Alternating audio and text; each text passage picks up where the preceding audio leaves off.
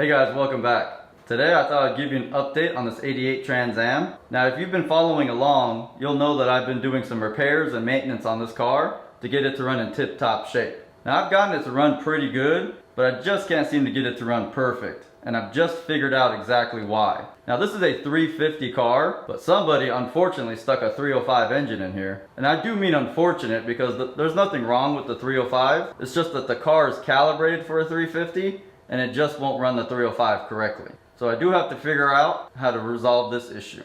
Now there are a few ways to tell if your car is a 350 or 305 car, and the easiest way is to check your VIN number.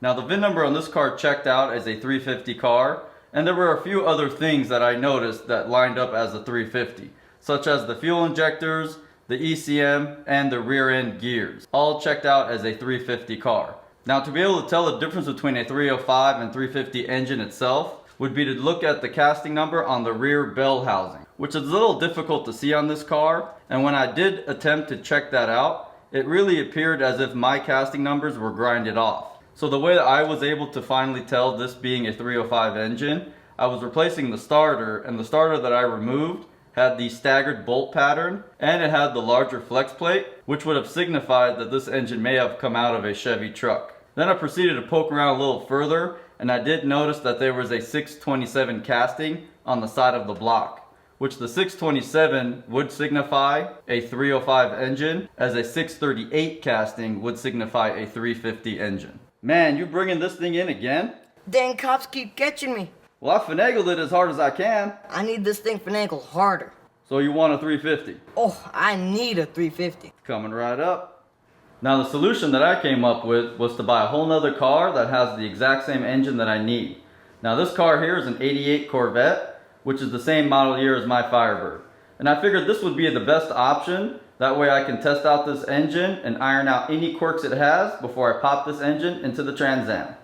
Now this Corvette's been baking in the desert sun for about 20,000 years, so the exterior and interior are a little toasty. But the powertrain seems to be in good shape. Ooh, it's hot out here.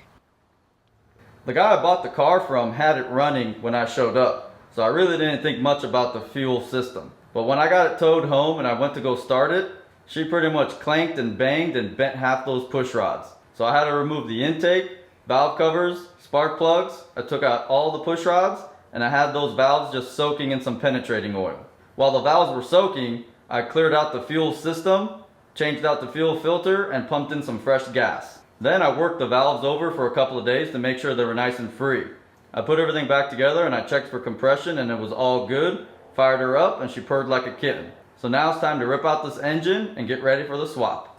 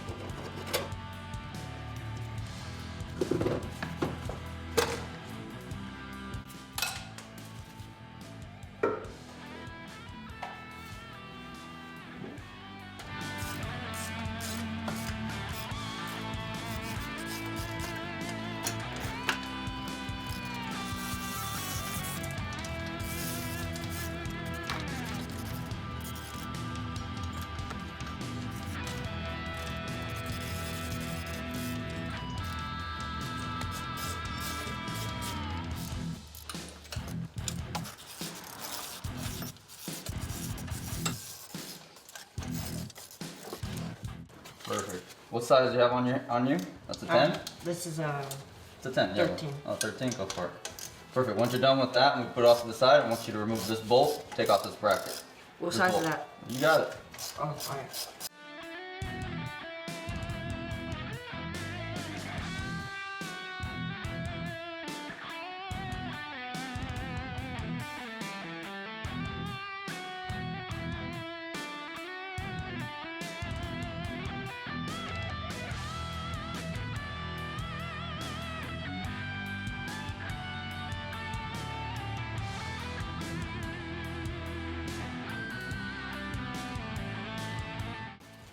You ready? Yeah.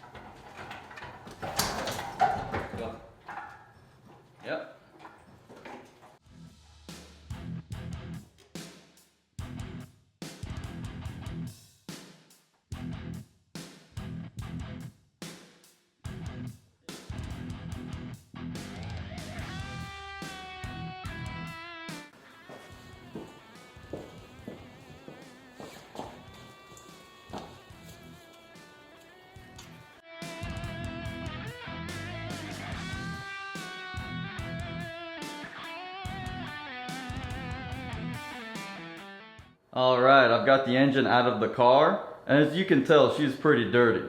So I'll take this opportunity to clean up this engine and replace whatever gaskets and seals necessary to make sure she's in tip-top shape.